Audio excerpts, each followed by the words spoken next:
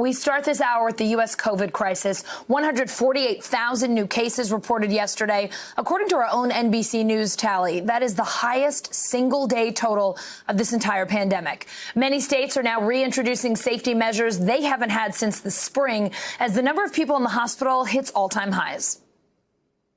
Having served medical care in an actual war feels very similar to this, where we're fighting a war against this virus. Our NBC team is on the ground in coronavirus hotspots across the country. NBC News correspondent Morgan Chesky is in El Paso, Texas. NBC News correspondent Gabe Gutierrez is in Minneapolis. And NBC News national political reporter Josh Letterman is in Bethesda, Maryland. Morgan, let's start with you. El Paso's health department reporting 29 new coronavirus-related deaths this morning. It's just terrible news. What else are you seeing there?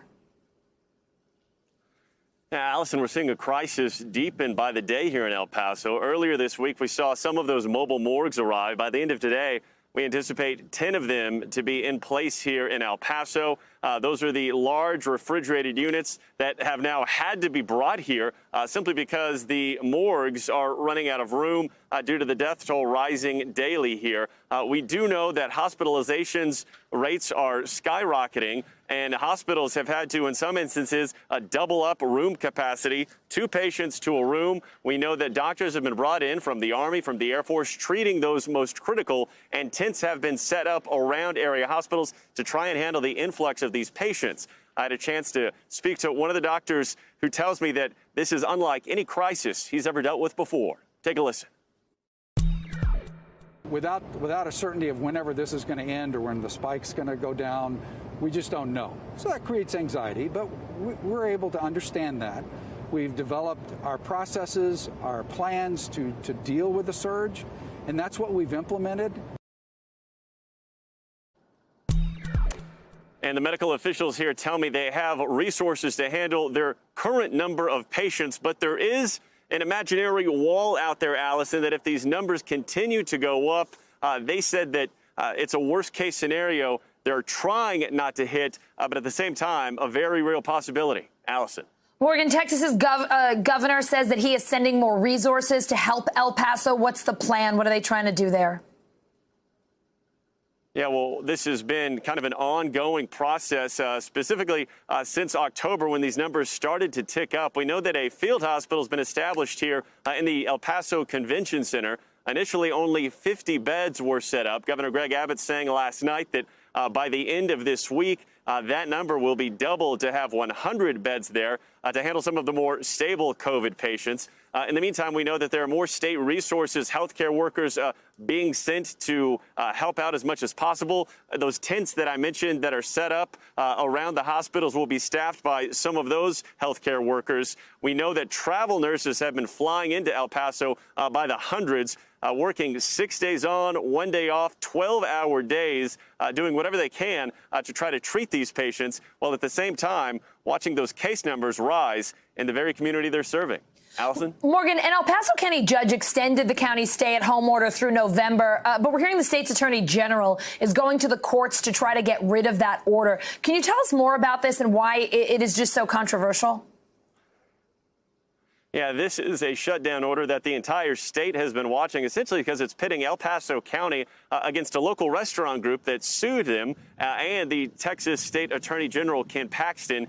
They are saying that the county judge here, Ricardo Samaniego, has overstepped his authority by issuing this shutdown that closes non-essential businesses, establishes a curfew, and basically makes it to where there's limited travel in some instances, all to try to cut down on potential interaction to keep those case numbers low. Now, we know that their argument is basically saying that by shutting down the local economy, you are taking potential profits away from business owners. At the same time, the county judge tells me that if these numbers continue to go up the way in which they are, it will only be longer before this city can return to normal. So there is an appeals court that is expected to make a final ruling on this tomorrow, whether or not this shutdown will remain in place. It was extended as of this morning, and it could potentially run into early December.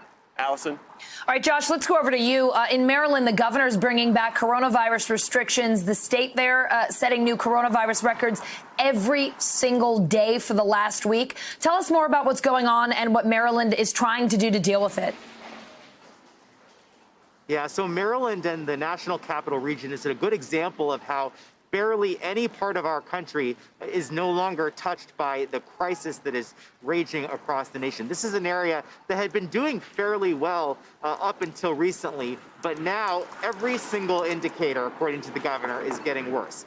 More cases, more hospitalizations, more ICU admissions, and now more deaths, with the state now tipping above 5% positivity, which for the governor said that the state now is in what he calls a red zone. And so while Maryland isn't formally going back into phase 2, a lot of the restrictions they're putting in place are very similar to what they did have in phase 2 back when we were dealing with this in March and April. So the governor here limiting restaurant and bar capacity back down to 50% for indoor service. And here in Montgomery County, where I'm at, they've lowered it even further to 25%. But meanwhile, statewide, they are also forcing employees for the state government to go back to telework and reducing the limits for gatherings to 25 people as they try to get the situation under control here.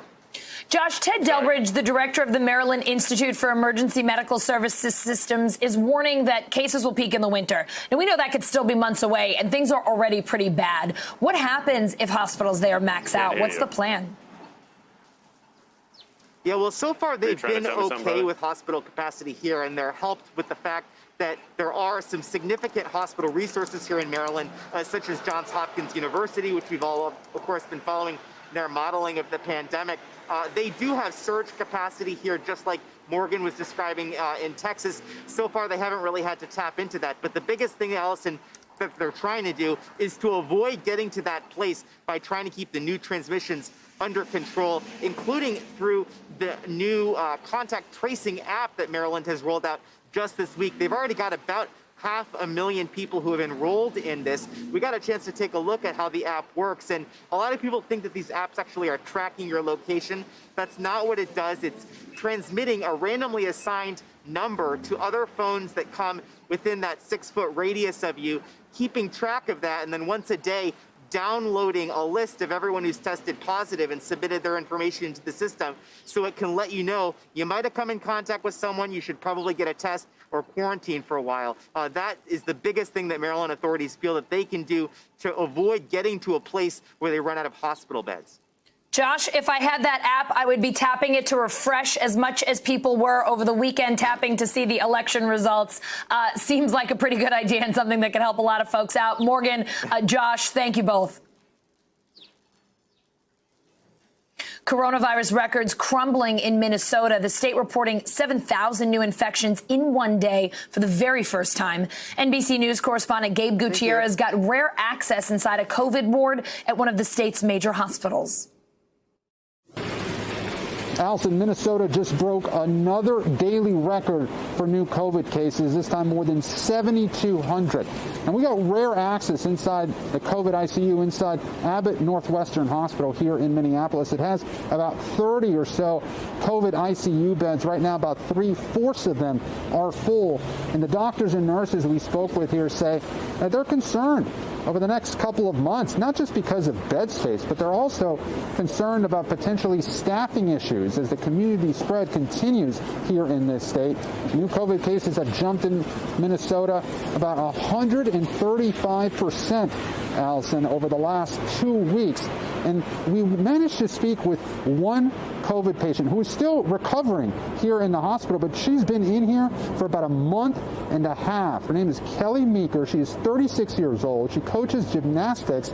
She loves her family, but the most frustrating part of all this, her mother says, is that she wasn't able to be with her daughter when she was at her sickest. She just got off a ventilator several days ago. And as I said, she's now in recovery and out of isolation. Take a listen. What would you say to people who are skeptical that COVID is really that serious? I'd say wear your mask because I almost died from it. It's more serious than people think. I just think people aren't taking it serious enough. And Mom, how tough has it been for you? Oh, hard. I said, yep. Really hard. What was the hardest part? Oh. When we couldn't see her, that was the hardest part. It was just helpless. I mean, nothing you could do. You couldn't hold her hand. That was probably the hardest. It will be a long road to recovery. Just yesterday, Kelly was able to take her first steps since getting out of that coma. Her mother is thrilled and so grateful to have her daughter back. But again, she could have months of rehab ahead of her. It's just such a devastating situation for so many of these COVID patients. Even those that make a recovery still have to deal with these long-term impacts. Many of them do. And right now there are many who are inside, unable to communicate directly with friends and family except maybe through a Zoom call or a FaceTime. It is frustrating not just for those patients and their families, but also for the medical workers who are also dealing with an incredible amount of stress right now. And Minnesota also just reported another record when it comes to daily COVID deaths. Allison? More than 65,000 Americans are in the hospital right now, according to the COVID tracking project. Dr. Fauci saying help is on the way, but don't let your guard down yet. Help is really on the way. You know, if you think of it metaphorically, you know, the cavalry is coming here. Vaccines are going to have a major positive impact. So if we could just hang in there, do the public health measures that we're talking about, we're going to get this under control, I promise you. CDC-trained epidemiologist Dr. Kelly Henning joins me now. Dr. Henning, thanks so much for being with us. Daily cases, hospitalizations, breaking records in all sorts of cities, states across the country. These numbers are worse than they were in the spring. But Dr. Fauci sounded pretty hopeful there. Are you? I think we're going to face a really tough couple of months. But the optimism comes from the fact that we now have vaccines on the horizon, and we're starting to hear some really good news about vaccines. But at the very immediate moment, we have remarkably large numbers of cases occurring, as well as increasing hospitalizations and reduced capacity in ICUs. So we have to take this very seriously. The thing that's different now from the spring is that the whole country is involved. Really, if you look at the map, there's no region that's spared. It's really every state that's facing growing numbers of cases. So we have to take this very seriously. On the vaccine front, Moderna is saying that its phase 3 trials are finished and it will know by the end of the month if its vaccine works. What kind of data, what kind of results and information will you be looking for there? So Moderna has a messenger RNA, an mRNA vaccine, very similar in structure to the Pfizer vaccine that was discussed just a few days ago. In the case of the Pfizer vaccine, they're reporting 90% effectiveness of that vaccine, which really exceeds what most public health and medical professionals expected. So we would hope that Moderna may actually have something similar, but we'll have to see when the data comes out. Chicago Mayor Lori Lightfoot is bringing back a stay-at-home advisory in her city starting Monday. Here's what she said about it today. Stay at home unless you must go out for essential reasons like work or school, medical visits, or to get food.